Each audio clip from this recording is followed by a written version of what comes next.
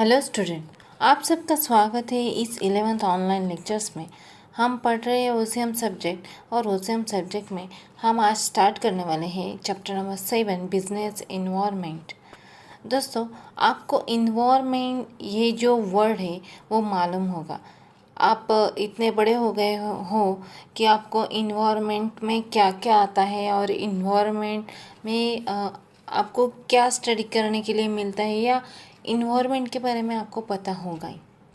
तो आज हम देखने वाले हैं कि बिजनेस को इन्वायरमेंट से कैसे हेल्प मिलती है या इन्वायरमेंट की वजह से अपना बिजनेस किस तरीके से उसका वो आगे बढ़ता है, उसका ग्रोथ होता है। ये आज इस चैप्टर में हम देखने वाले हैं। दोस्तों, आप सबको पता होगा कि जैसे कोई भी बिजनेस चलाने के लिए उसका उसका या फंक्शन चलाने के लिए या प्रोसेस चलाने के लिए जो हमारा एटमॉस्फेयर होता है या फिर इन्वायरमेंट जो होता है वो अच्छे तरीके का इन्वायरमेंट हो तो हमारा बिजनेस अच्छे तरीके से डेवलप होता है। फिर वो उस पर डिपेंड रहता है कि किस तरीके का हमारा इन्वायरमेंट है।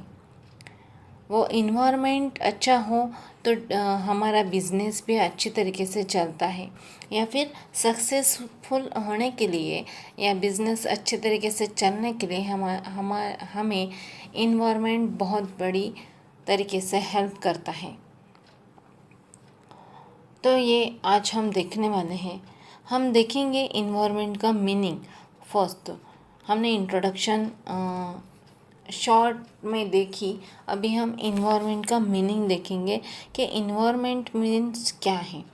तो business environment compares offers such factors which can affect business such as the strength, weakness, internal powers, relationships and orientations of the organization, government, policies and regulation, natures of economics and economics conditions, social cultural factors या फिर demographic trends, natural factors and global trade. आप देख सकते हैं कि environment में ये सब जो घटक जो है या फैक्टर जो है वो इन्वॉल्व है। यानी हम देखते हैं कि बिजनेस करने के लिए हमें हमारा बिजनेस का स्ट्रेंथ किस तरीके से है या फिर वीकनेस किस पॉइंट में हमारा बिजनेस का वीक पॉइंट है या फिर हम इंटरनल पावर्स देखेंगे किस तरीके का इंटरनल पावर्स अच्छा हो तो हमारा बिजनेस भी अच्छे तरीके से चलता है। रिलेशनशिप हमें मेंटेन करना होता है। जब हमें बिजनेस करना है तो हमारा जो नेबरहुड जो रहते हैं तो उनसे हमारा रिलेशन अच्छा होना चाहिए। फिर ओरिएंटेड ऑर्गेनाइजेशन या पॉलिसीज़, गवर्नमेंट के अलग अलग पॉलिसीज़ होती है, उसके वो भी हमें हमारा बिजनेस अच्छी तरीके से चलने के लिए हेल्प करता है।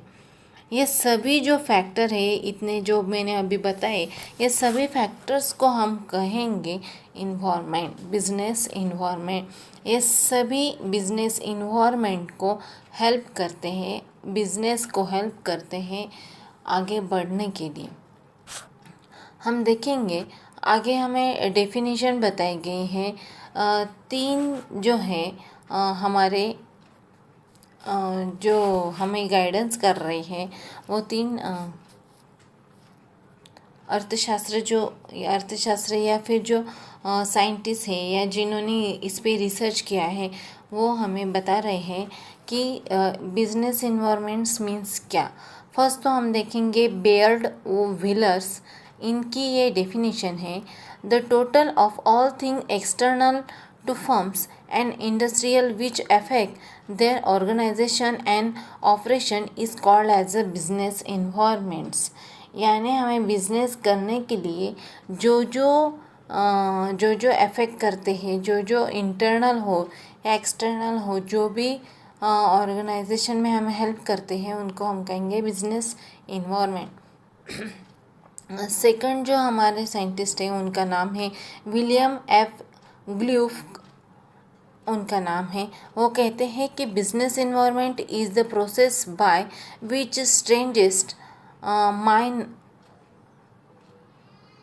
मॉनिटर्स द इकोनॉमिक्स, गवर्नमेंटल या फिर मार्केट, सप्लायर्स, टेक्नोलॉजिकल या फिर graphicals and social setting to determine opportunities and threats the firms. यानी ये सब जो घटक हैं वो बिज़नेस के लिए हमें लगते हैं, उसको हम कहेंगे business environment.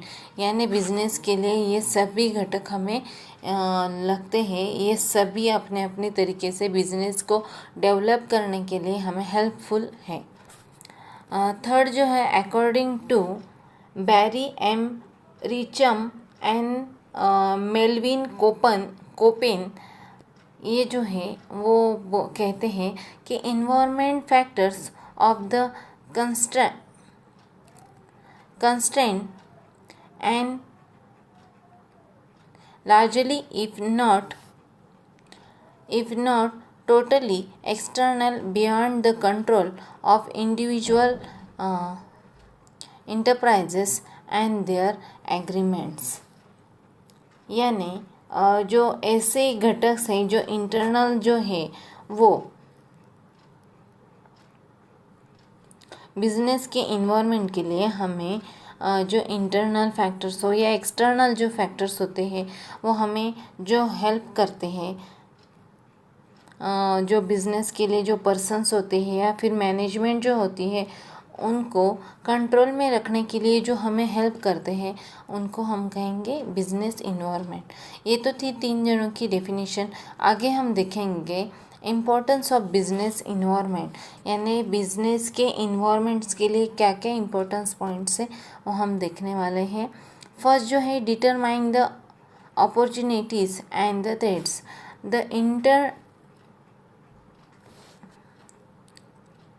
The interaction between the business and its environment, identify the opportunities and threat to business. It helps the business enterprises for the overcoming challenges successfully। यानी हमें जो हम बिज़नेस चलाने के लिए जो हमें आइडिया देते हैं, अलग अलग इन्वायरमेंट के आइडेंटिफाई करते हैं या फिर अपॉर्चुनिटीज जो होती है उसके लिए जो अपॉर्चुनिटीज़ को हम जब पहचान सके, इससे हमें मदद होती है।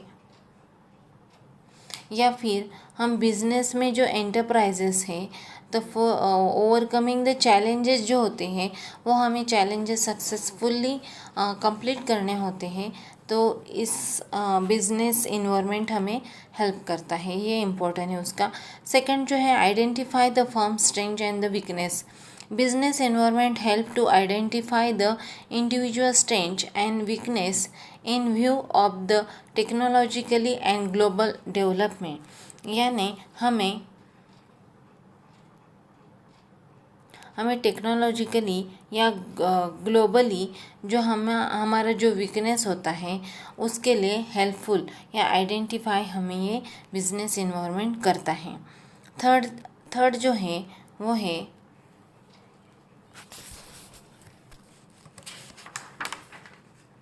कंटिन्यूअस लर्निंग जो है, environment analysis make the task of manager erisers in dealing with the business challenges।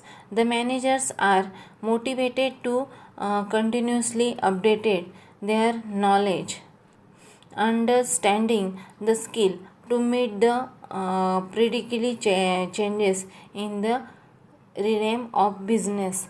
यानी हमें ये हेल्पफुल करता है, यानी ये हमें कंटिन्यूअस लर्निंग करने के लिए मदद करता है। यानी कंटिन्यूअस हमें कौन सा काम करना चाहिए, हमें बिज़नेस के लिए कौन सा मोटिवेशन है हमारा, या फिर कौन सा नॉलेज हमें अंडरस्टैंड करना चाहिए, कौन सा स्किल हमें चाहिए, इसके लिए कंटिन्यूअस लर्निंग हमें बिज़नेस इन्वायरमेंट से मिलती है। फोर्थ जो है, इमेज बिल्डिंग,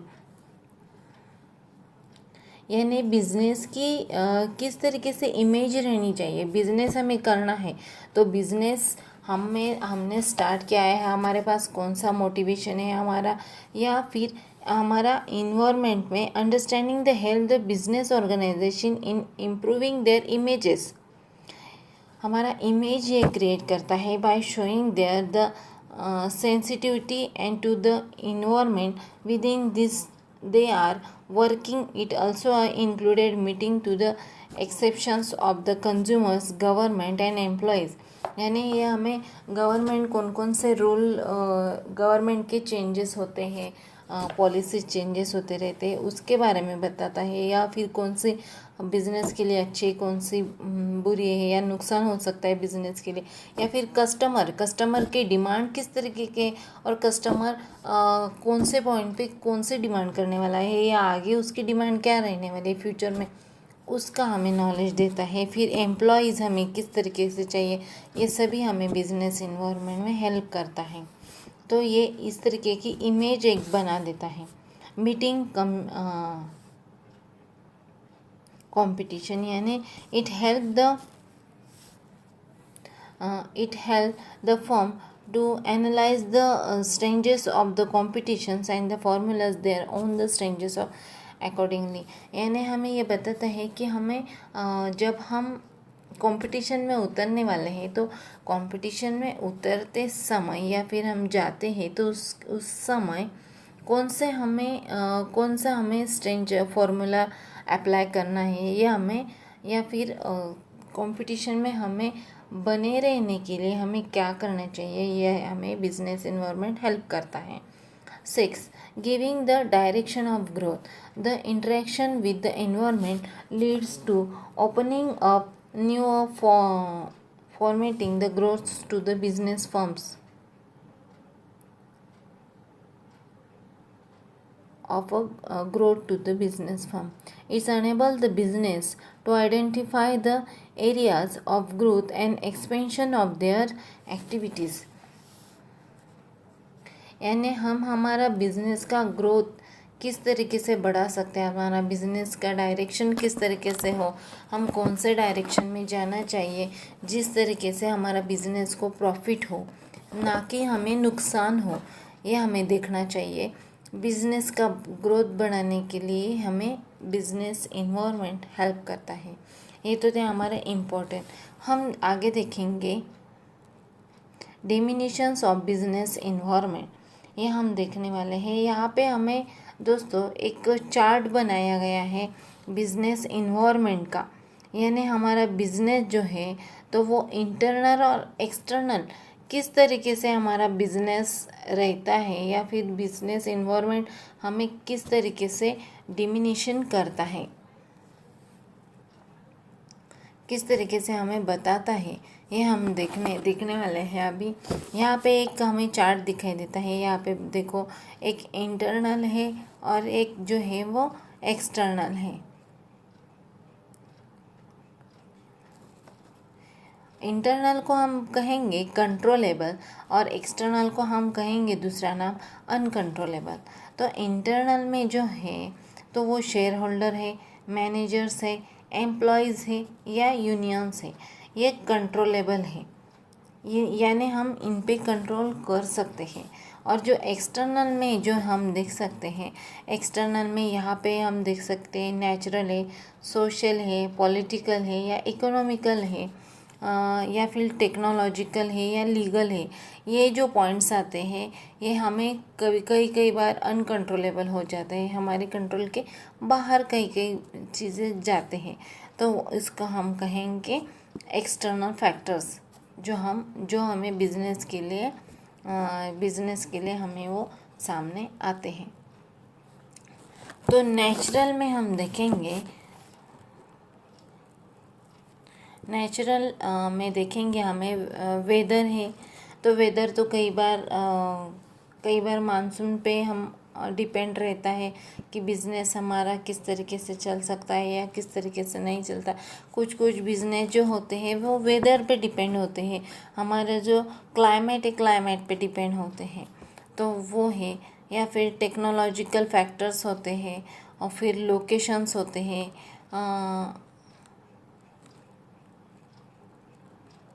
टोपोग्राफिकल फैक्टर्स यानी हम जो हम स्थलांतर बोलते हैं उसको, स्थलांतर जो फैक्टर्स होते हैं वो यहाँ पे होते हैं। कई कई जो बिजनेसमैन होते हैं वो एक एक पर्टिकुलर उनका लोकेशन नहीं होता, वो चेंजेस करते रहते हैं बिजनेस। आप देखते हो कि छोटे मोटे जो व्यापारी होते हैं तो वो एक जगह नहीं रुकते, वो आज एक जगह है तो वो कल दूसरी जगह, इस तरीके से वो अपना बिजनेस करते रहते हैं। तो फिर वो होते हैं, फिर लोकेशन किस तरीके का है, जहाँ पे क्राउड होगा वहाँ पे बिजनेस अच्छे तरीके से चलता है, तो बिजनेसमैन वही देखते हैं कि उनका बिजनेस अच्छे तरीके से चले, या ये लोकेशन पे डिपेंड होता है। या फिर लैंड होता है, लैंड फ्रॉम क्लाइमेट, या फिर सॉइल, या फिर मिनरल जो होता है, ये सब हमारे यहाँ पे डिपेंड होता है, जो है वो नेचुरल है। फिर सोशल में हम देखेंगे कि सोशल है, फिर ट्रेंड्स है, या फिर वो वैल्यूज़ है, ट्रेडिशंस है। सोशल में सोशल आस्क होता है, यानी और ट्रेंड जब देखते हैं हम तो ट्रेंड अलग अलग ट्रेंड चेंज होता रहता है, कस्टमर के ट्रेंड चेंज होते रहते हैं, तो उसको हम कहेंगे। हमने देखो सेकंड जो हमारा चैप्टर है तो उसमें हमने देखा था कि किस तरीके से हमारे बिजनेसमैन होते हैं, तो उस तरीके से वो ट्रेंड चेंज होता जाता है। वैल्यू होता है, वैल्यू कई बार चेंज हो जाती है, फिर ट्रेडिशनल भी चेंज होता है, तो ये एक्सटर्नल फैक्टर्स है। फिर पॉलिटिकल हम देखेंगे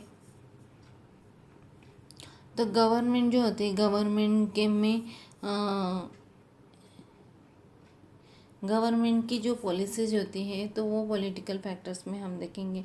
इकोनॉमिकली देखा तो इकोनॉमिकली कंडीशंस होती है, इकोनॉमिकली पॉलिसीज होती है, इकोनॉमिकली सिस्टम जो होती है वो अलग अलग रहती है। गवर्नमेंट जब चेंज हो जाता है तब ये भी चेंज होते रहते हैं, हमें दिखाई देता है। कंडीशन, पॉलिसीज या सिस्टम ये चेंज होते हैं, हमें दिखाई देता है। ये भी एक्सटर्नल फैक्टर में हम देखेंगे, ये अनकंट्रोलेबल है।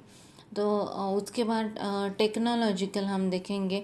टेक्नोलॉजिकली हम जब देखते हैं तो मेथड्स एंड टेक्निकली कोई मेथड जो होती है, तो अभी न्यू जनरेशन में हो या फिर टेक्निकली जब हम देखते हैं तो हमारा अलग अलग टेक्निक हमें दिखाई देते हैं, अलग अलग टेक्निक चेंज होते हैं। हम अभी देखो आप कोरोना के कंडीशंस में हम सभी ऑनलाइन टेक्निक जो होते हैं वो यूज़ करते हैं, इस तरीके से टेक्निकली कंडीशंस होती है। या फिर लीगल हम देखेंगे तो लीगल फॉर्म्स वर्क होता है, या फिर लॉज होते हैं। ये जो होते हैं ये सब हमारे एक्सटर्नल फैक्टर्स जो है, जो बिजनेस के इन्वायरमेंट पे डिमिनिशिंग पे हमें दिखाई देते हैं। अभी हम देखेंगे फर्स्ट जो हम देखेंगे इंटरनल जो है कंट्रोलेबल फैक्टर्स जो है वो हम देखने वाले हैं। यहाँ पे हम देखेंगे the policies decided by the share holder, managers, labours, unions and the employees and are known as an internal environment factor which can be controllable on this contact following the factors internal factors. यानी internal factors में हम देखेंगे कि share holder होते हैं, managers होते हैं, और इंटरनल है, इस पे हम कंट्रोल कर सकते हैं। लेबर्स हो या यूनियन हो या फिर एम्प्लॉयज़ हो, उन पे हम कंट्रोल कर सकते हैं, तो उनको हम कहेंगे कंट्रोलेबल फैक्टर या इंटरनल फैक्टर। तो उसमें हम देखेंगे फर्स्ट जो है value system. The value system of the founder and those at the top management has important bearing on the choices of business. Value system is important to success of business. यानी यहाँ पे हम देखेंगे कि value system जो है, तो value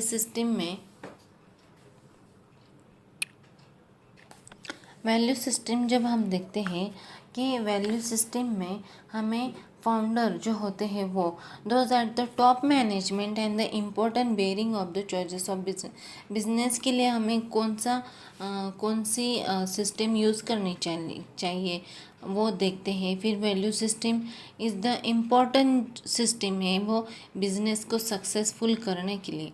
जब कोई भी फाउंडर होता है तो वो फाउंडर देखता है कि हमें हमारा जो प्रोडक्ट है तो उसका प्राइस किस तरीके से रखनी चाहिए, उसकी वैल्यू किस तरीके से रखनी चाहिए, उस पर उसका बिजनेस जो होता है वो डिपेंड होता है। सेकंड हम देखेंगे visions, missions and objectives. The business domains of the companies and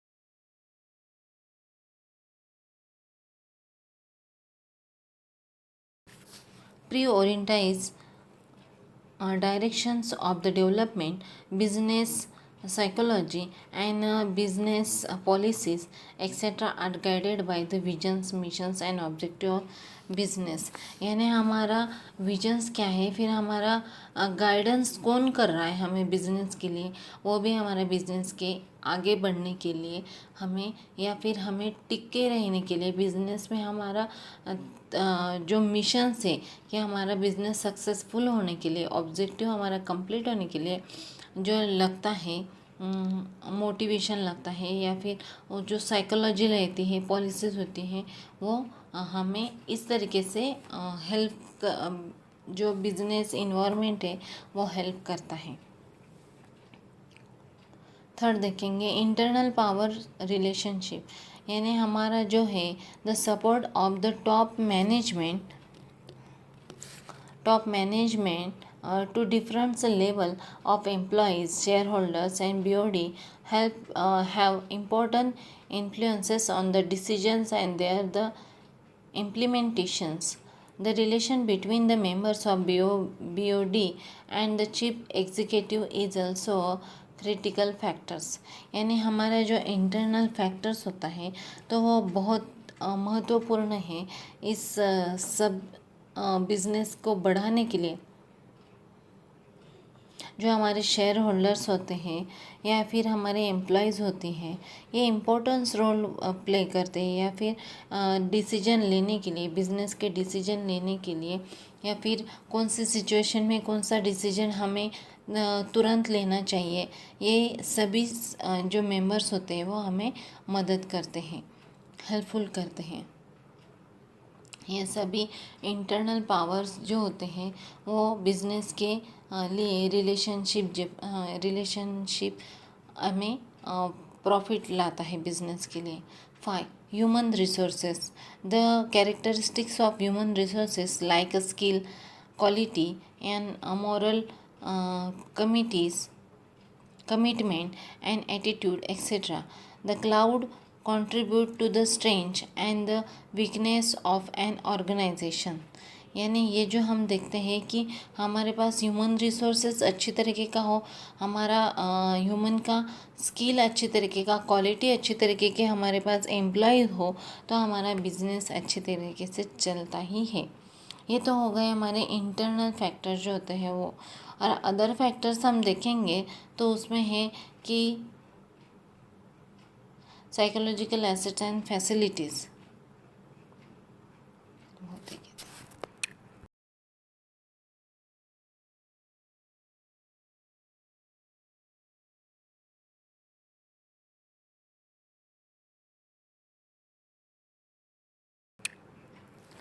Physical assets and facilities. Production capacity, technology, and efficient distribution, logistics, etc. are the factors which influences on the competition competitiveness, यानी हम देखते हैं कि other factors में हम जब देखते हैं हमारी जो टेक्नोलॉजी हो, कैपेसिटी, प्रोडक्शन कैपेसिटी की टेक्नोलॉजी हो वो, या फिर इफ़िशेंट जो डिस्ट्रीब्यूशन लॉजिस्टिक जो है, ये सभी घटक हमारे जो है बिजनेस पे वो हमें मदद करते हैं, या फिर वो उस सभी का हमारे बिजनेस पे इफ़ेक्ट होता है। Second, marketing resources, quality of a marketing brand, equity and distribution networks etc. have a direct effect on a business। ये जो होते हैं वो डायरेक्ट अफेक्ट करते हैं हमारे बिजनेस पे। मार्केटिंग हो या ब्रांड इक्विटी हो जो हो, वो डिस्ट्रीब्यूशन जो हो, हमारा नेटवर्क अच्छे तरीके से रहना चाहिए, मार्केटिंग अच्छे तरीके से, ये सभी हमारे बिजनेस पे अफेक्ट करते हैं। और थर्ड जो है फाइनेंशियल फैक्टर्स, फाइनेंशियल पॉलिसीज़ हो, फाइनेंशियल पोजीशंस हो या स्ट्रक्चर्स हो, also affected the business performance और स्ट्रेंजेस एंड द डिसीजंस। ये आपको यहाँ पे एक फिगर बताई गई है, आप देख सकते हो। ये फिगर जो है एक फॉर्म से, यानी हमारा जो बिज़नेस है उस बिज़नेस के लिए कौन कौन हमें हेल्प करता है, डायरेक्टली या इनडायरेक्टली, या इंटरनल या एक्सटर्नल फैक्टर। तो आपको यहाँ पे जो बीच में का जो है यूनियन हो, एम्प्लॉयज़ हो या फिर शेयर होल्डर्स हो, तो शेयर होल्डर जो होते हैं वो मैनेजर, फिर मैनेजर के पास से एम्प्लॉयज़ फिर यूनियन, ये जो है ये हमारे हो गए इंटरनल फैक्टर्स। और जो बाहर के जो है ये सोशल, पॉलिटिकल, इकोनॉमिक्स, टेक्नोलॉजिकल और लीगल जो है ये हमारे एक्सटर्नल फैक्टर हैं जो बिजनेस इन्वायरमेंट में हमें दिखाई देते हैं। ये यहाँ पे एक फिगर पे यहाँ पे ड्रॉ किया गया आपको दिखाई देता है। आगे जो है एक्सटर्नल फैक्टर्स, वो एक्सटर्नल फैक्टर्स का हम आगे के लेक्चर में स्टडी करेंगे। आज के लिए इतना ही। थैंक यू, धन्यवाद।